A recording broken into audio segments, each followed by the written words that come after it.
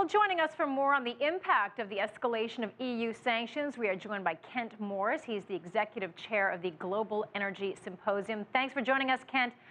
As we've seen this report, Russia is downplaying the latest sanction proposals from the EU, yet the country is on the verge of a recession.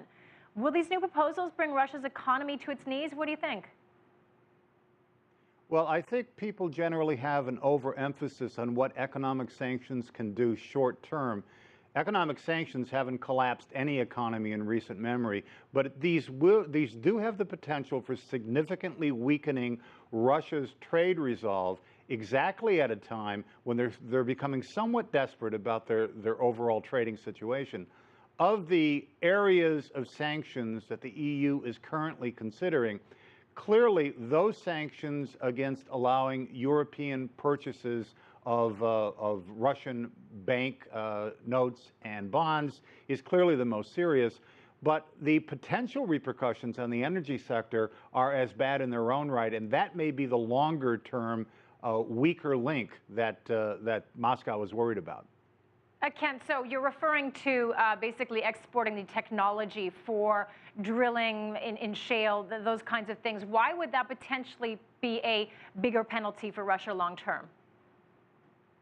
Because the Russians are now in a very serious situation with their domestic oil and gas reserves. If left to their own devices, the primary areas of production in western Siberia could be looking at a 6 to 8% annual decline in volume per year within the next 3 or 4 years. In order to overcome that, the Russians must go north of the Arctic Circle, they must go into eastern Siberia where there is no infrastructure, and they must go out onto the continental shelf.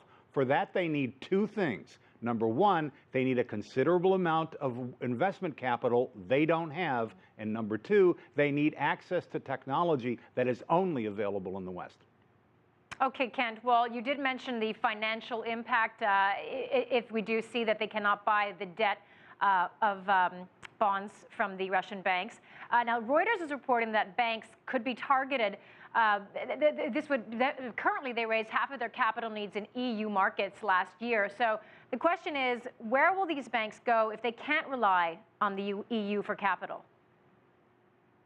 Well, if we rely upon Moscow's sources, Moscow's figures, which are about 6 billion euros a year that these banks have had to raise in Europe, if you need to go elsewhere, you are always going into less efficient, more shadowy, higher cost markets. A model is generally available for us. It's what the Iranians have had to do to continue funding their oil exports in the face of rising Western sanctions. On average, it had cost the Ukrainians almost 30% more to fund their projects with alternative money than the money they could get from the normal, traditional, readily accessible dollar-denominated capital market. And that is what the Russians really ought to be fearing at this point.